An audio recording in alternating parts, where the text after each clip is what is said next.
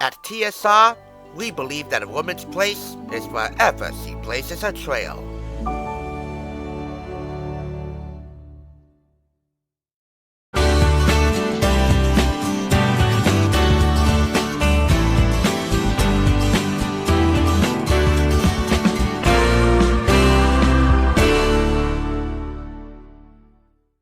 Welcome.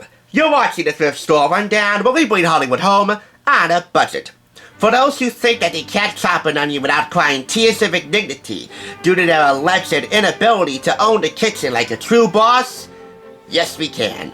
For those who think that they can't throw a splendid dinner party due to COVID-19 ruining everything, yes we can. For those who just got out of a long girls' night out at the club with their mates, necessitated due to an ugly breakup, only to let the tears flow once again upon thinking that they can't make a decent plate of BuzzFeed-worthy avocado toast? I got news for you. Yes, we can. And we will. You just need a little bit of help. Well, luckily, help is on her way. Meet Jessica Seinfeld, the author of a cookbook which is most certainly not about nothing.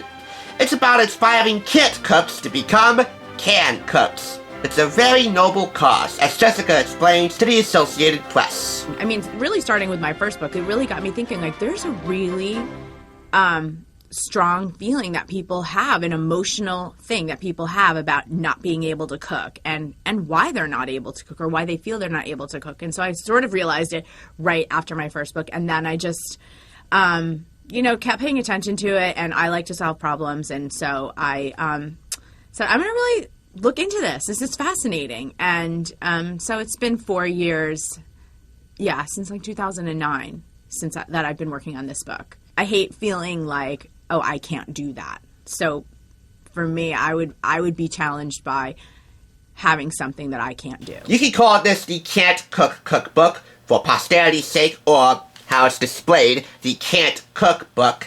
I call it one of many things, a pretty awesome bargain, because this HVA Books publication was purchased for 50% off the price of $2.49, and begins by outlining the Sutton pantry and fridge staples and equipment you'll need for a well-stocked, well-equipped, and well-organized kitchen.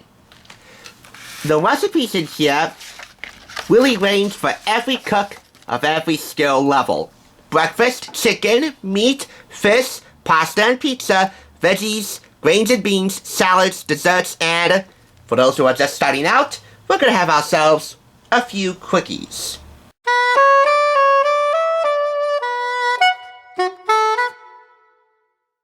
No, not those quickies. Small breakfast, lunch, and dinner plates that you can make without much fuss. Those kinds of quickies. Plus other useful things right here, like a meat temperature chart, storage guidelines and food safety pointers, and a guide to buying seasonal produce. This is an interactive book. And what do I mean by that? Well, there are 26 of these small camera icons here that would indicate a how-to video for a recipe or technique. You can access this by going to tccb.co. Unfortunately, you can't, because that website is no longer active, and with it went all of those how-to videos. For posterity's sake, I'll try to link it below via the Internet Archive, but you're better taking the photographs as really good demonstrations themselves on how to prepare certain fruits and veggies and meats. Like, for example, how to prep, zest, and juice citrus, how to smash, peel, and chop garlic, how to slice and chop an onion, and shallot, and a scallion, how to strip, chop, and store herbs, how to scoop, slice, and dice avocados, how to chop carrots and nuts, as well as toast nuts, and a guide to salt and pepper, so on and so forth. Some of the pages in here are actually like a pageception, if you will, because there are flaps within some of these pages. You open these flaps up, and you get extra photographs in here. For example, how to flatten, stretch, and pull pizza dough for pizza margherita. Go to your local pizza joint and buy 1 pound of fresh dough. It should cost you $1 to $2 at most. Or you can find frozen dough in the freezer section of your market. bonus bragging rights if you know how to make your own pizza dough for this pizza margarita.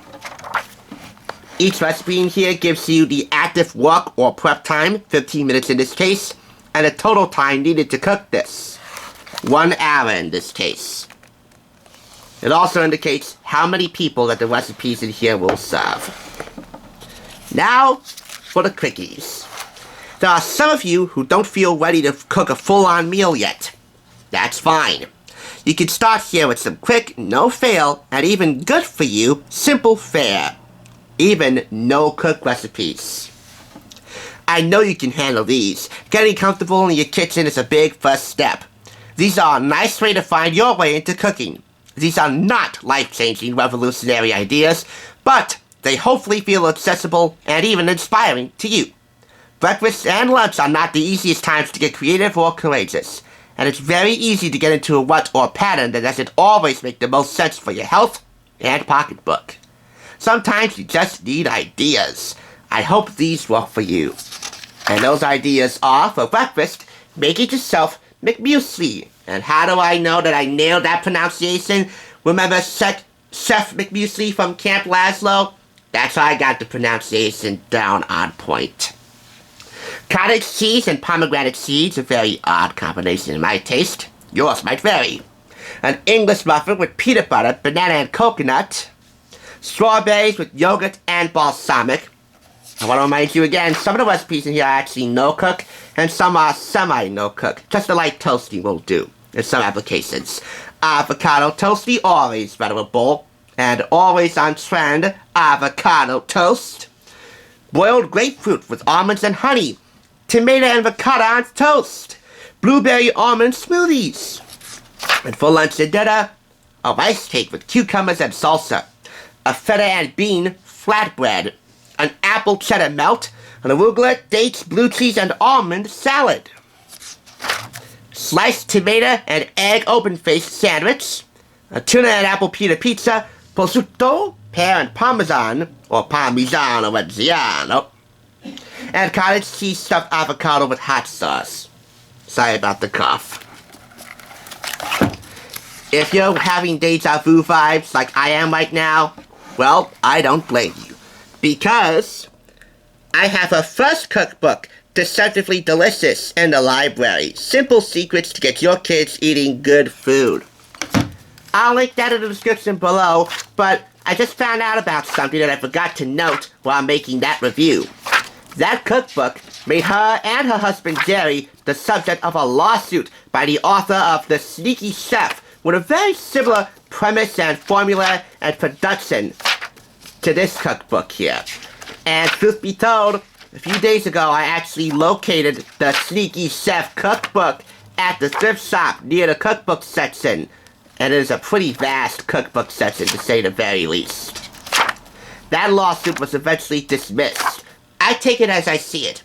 And how I see this is really a superhero. A mini cooking school, if you will, for those who can't cook.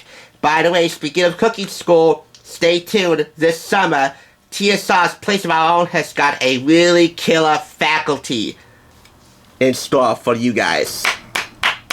In the meantime, while you're waiting for that faculty to teach you all of the home economics basics you need to know, I'm giving this, which is a pretty good start to that little foundation of lessons, 5 out of 5 claps. All things considered, for those who think they can't cook, period, I think Jessica would want you to take heed of the old American creed. Oh, yes we can. Thanks for watching. I'll catch you on the thrift side.